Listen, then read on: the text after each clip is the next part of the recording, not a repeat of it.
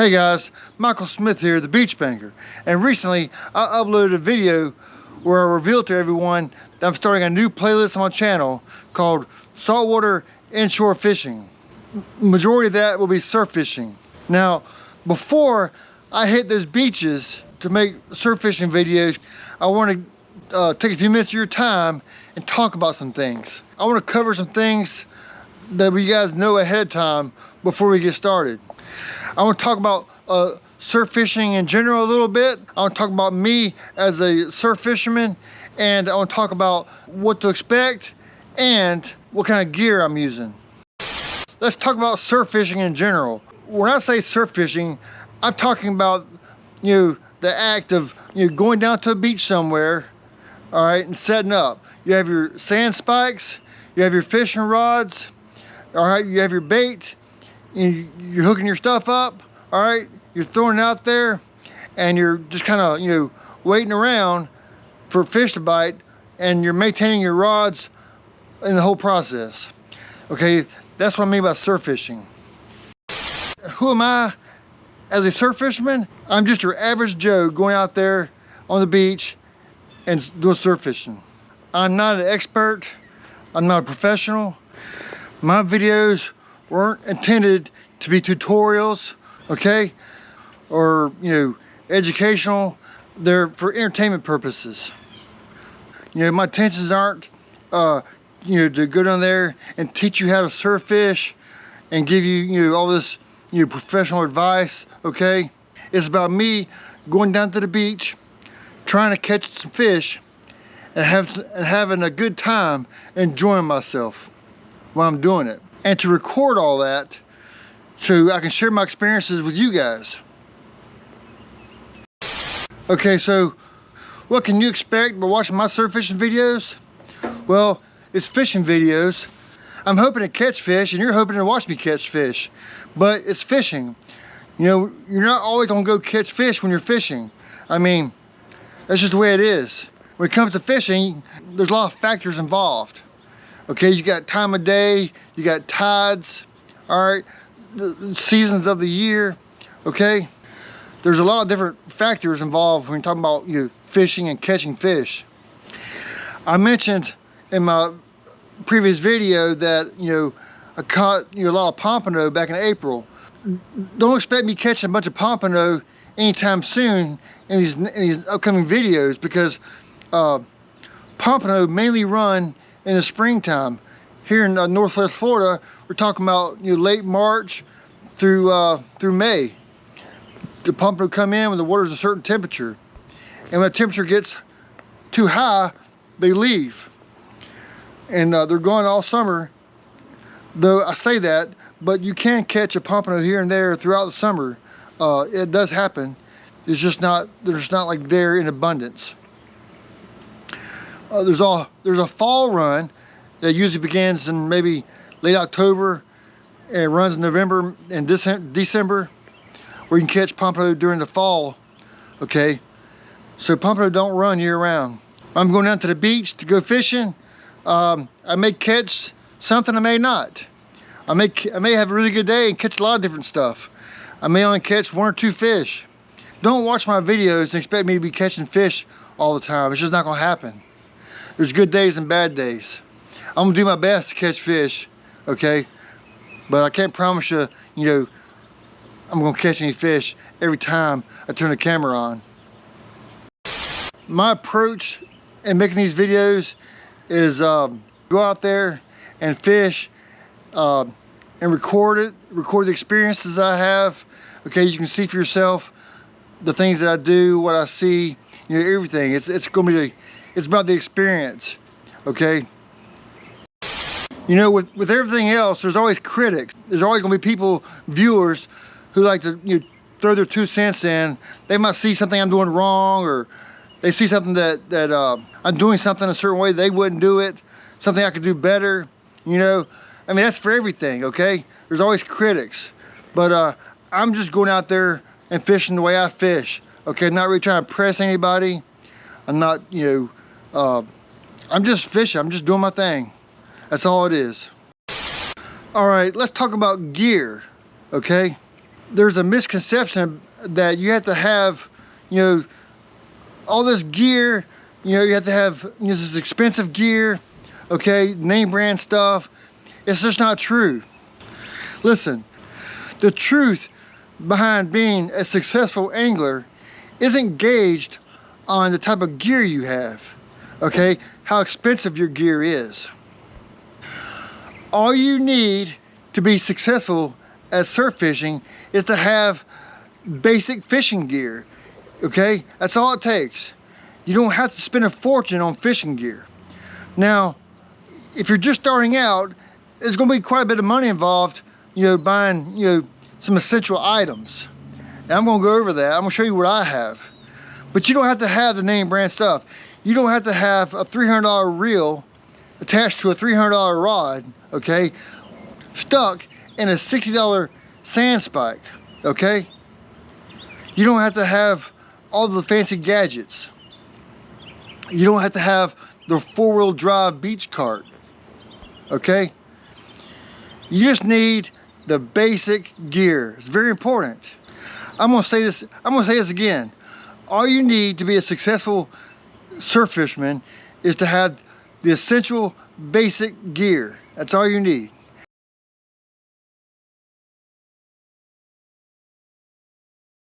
The gear that I use isn't like the best gear, okay? It's like simple stuff, okay? I got some stuff that's, you know, it's not bad, but it's not great, you know what I mean? And we're gonna talk about those items today. When I get done running my mouth, you'll know what gear you need to go down to the beach and start fishing. So let me go ahead and stop wasting any more of your time and show you the gear I use, because I know that's what you're really interested in.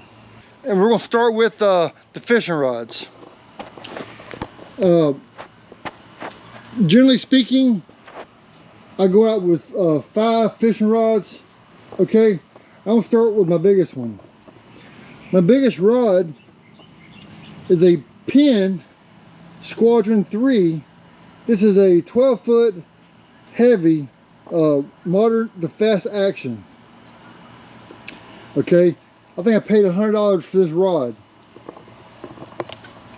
And the reel that I have on there is a Penn Pursuit, and this is a size 6,000. Okay, this is a cheaper option compared to the Penn Spin Fisher.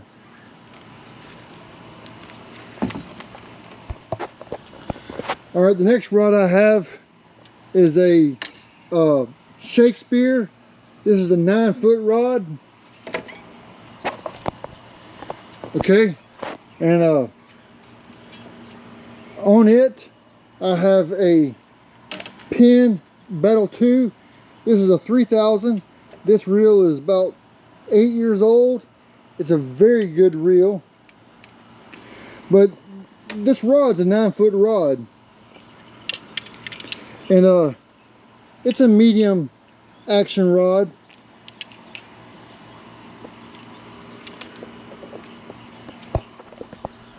The other rods I use are real cheap rods. I have 2 of these 8-foot rods. They're called Catch Fish Now. Okay, I bought them at Walmart. You can see them here. And they're just your basic rods. They're 8-foot rods. Okay, they're not expensive at all. I mean, 30 bucks, whatever.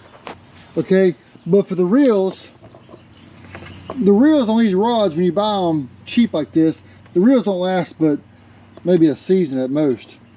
But anyways, what I've done is I went and bought separate reels for these rods, because these rods aren't bad rods. But the reel I have for this is a Penn Raft 2. This is a 4,000. Okay, and for the other one, I have a Shimano 4,000.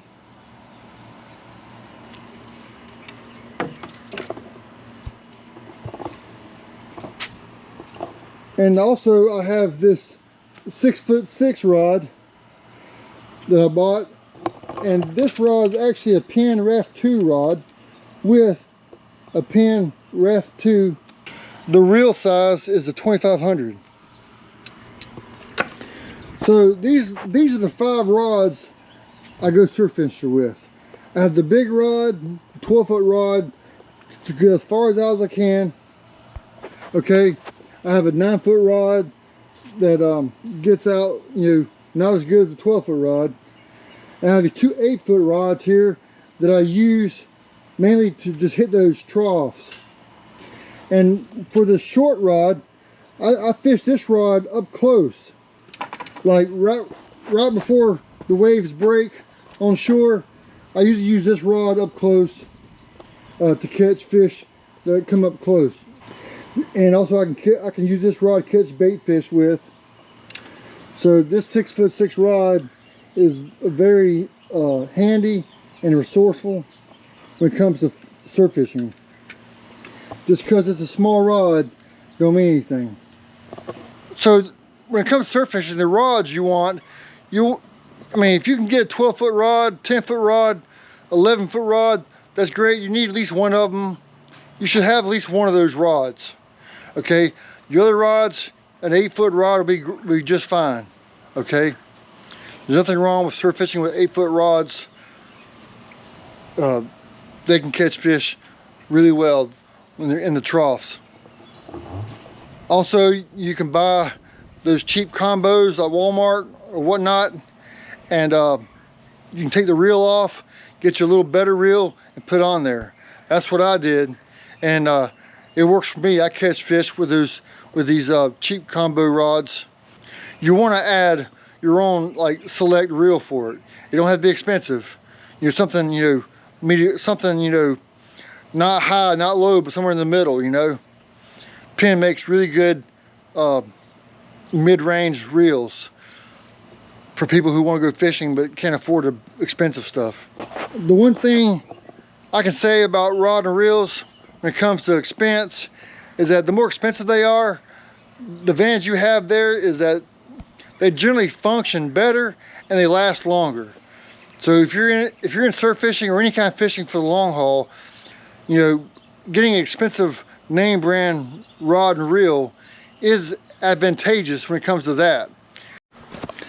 Another rod and reel that you might see me use on the beach is this Daiwa. This is a 7-foot rod. This has a Daiwa 3000 reel. It is a combo that I purchased. I use this reel to jig at the beach. This rod is fast action, has a nice flop to it. Another rod reel you might find me using is this Shakespeare Tiger spinning rod. This is a 7-foot rod. I've had this rod for over 20 years. I've had this rod, and it still works just fine. The eyelets have never broken on me. And for this rod, I have a Akuma. This is I believe this is a 4000 size reel. I use these rods to jig with and for other purposes. Alright, if you're going to be surf fishing, you've got to have a place to hold your fishing rods. These here are sand spikes. These sand spikes are your basic sand spike. They're about 27 inches long, made of PVC. These sand spikes here, if you look down there, there's a piece of metal. That metal holds your rod down that way it don't fall all the way through. And these sand spikes are generally inexpensive. You can find them less than 10 bucks. They're normally like $5.99, $6.99. If you're going to be using the sand spikes, you may want a mallet. These mallets are used to tap the sand spikes into the sand. Or if you don't want to use a mallet, you can just push the sand spike into the sand with your own body weight. Sand spikes come in many different forms. You have aluminum ones, and you have ones with little steps on them that you can use your foot to push down. You got some with bait holders. Sand spikes range from 10 bucks to, you know, maybe even 100 bucks. There are a lot of advantages to the other more expensive ones, like, you know, height and, you know, bait holders, durability. But for surf fishing, really all you have to have is these basic sand spikes. All right, up next are your tools. Besides the mallet used for sand spikes, these are your basic tools. You have different knives. You have a pocket knife, fillet knife, and knife to cut fish with. You have a pair of pliers. You have a hook remover for things like catfish or sharks. You use a pair of scissors to cut line with. All right. Also, it's nice to have some sunscreen and some different bug spray. Also, a measuring tape would be useful for measuring fish. As far as weights go, these are different kind of weights. I like to use these Sputniks. These Sputniks have these little metal spikes on there that dig in the sand. When you set your line, these spikes dig in the sand and hold your line steady. They're very handy, very useful, and they cost more than your pyramids.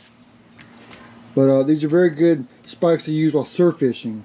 I prefer to use these Sputnik weights pretty much at all times, just because.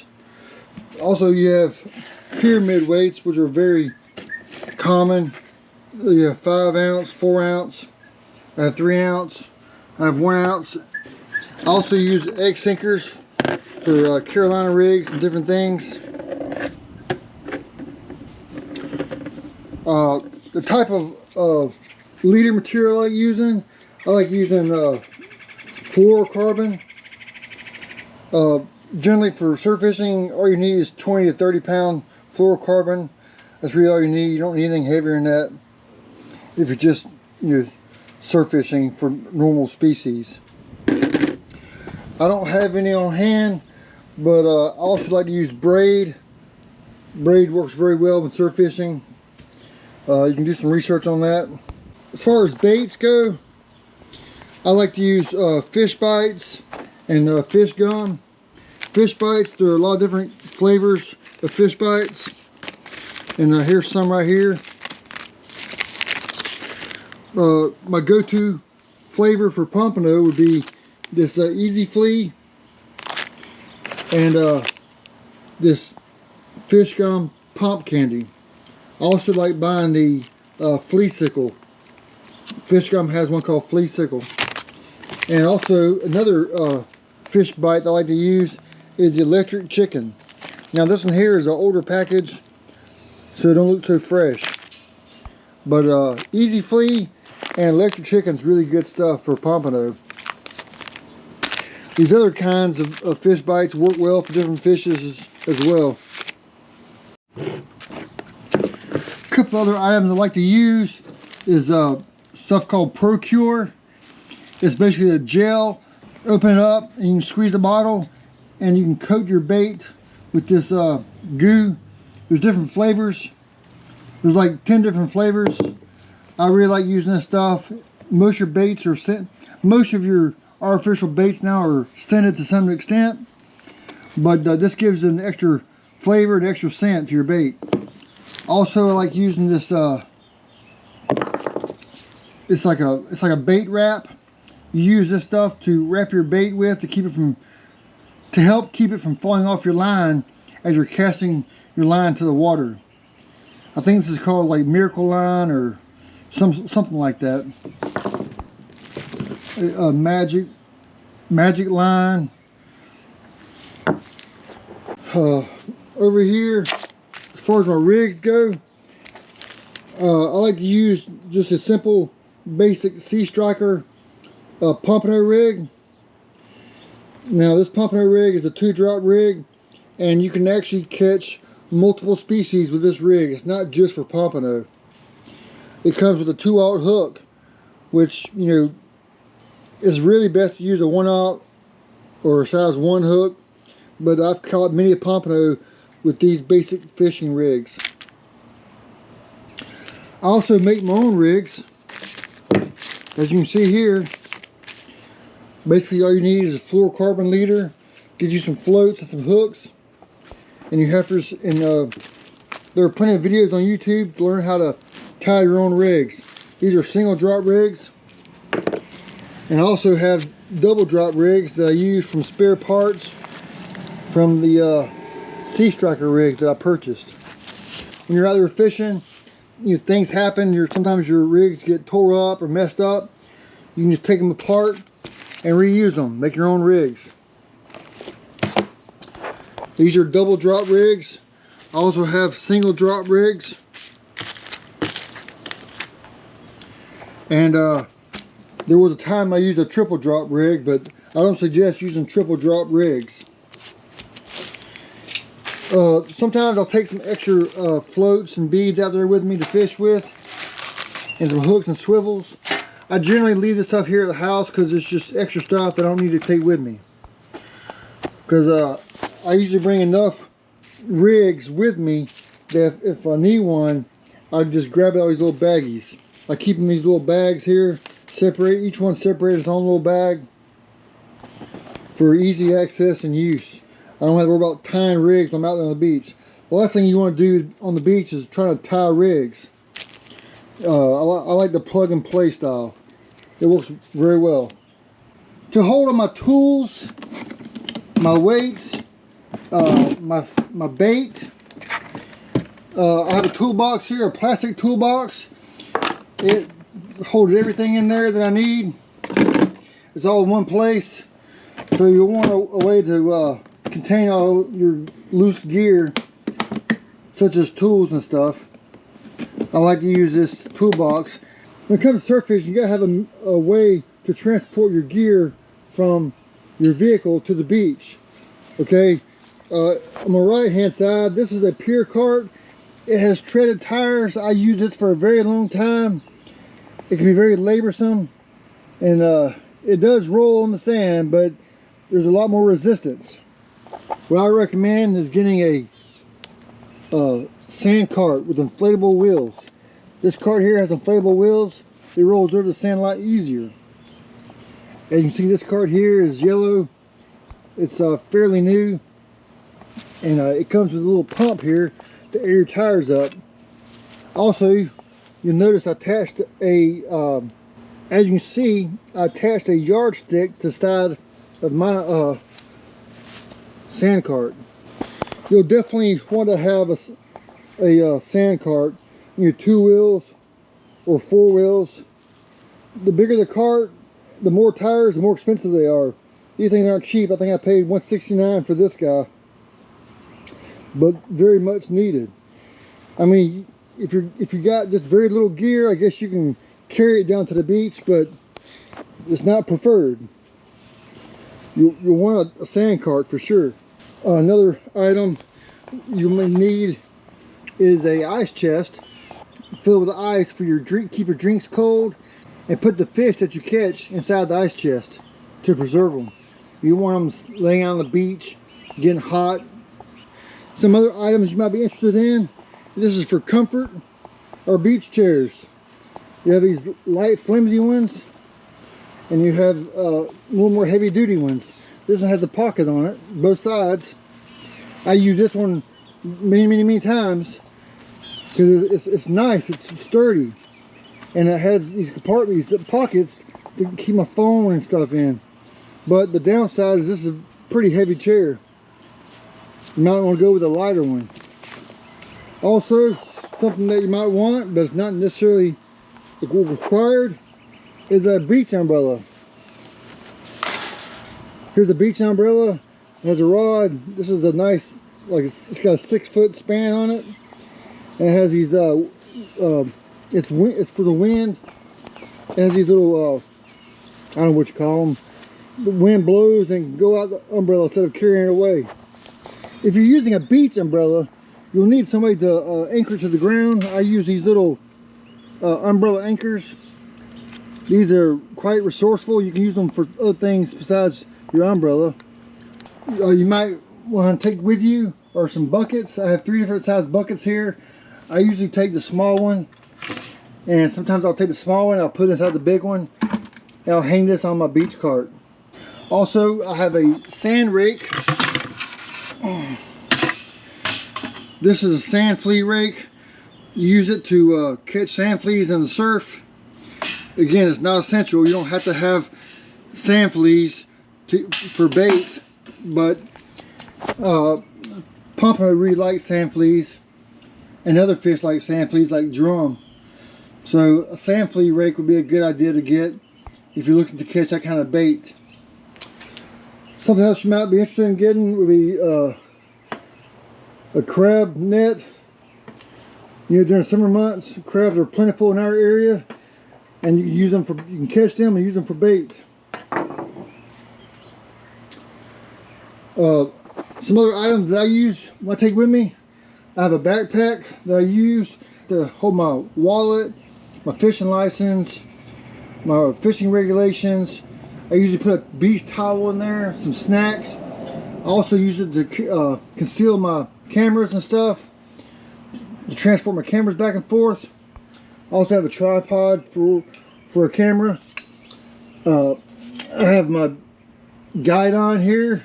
I'm not going to open it up right now, but you'll see it in my videos.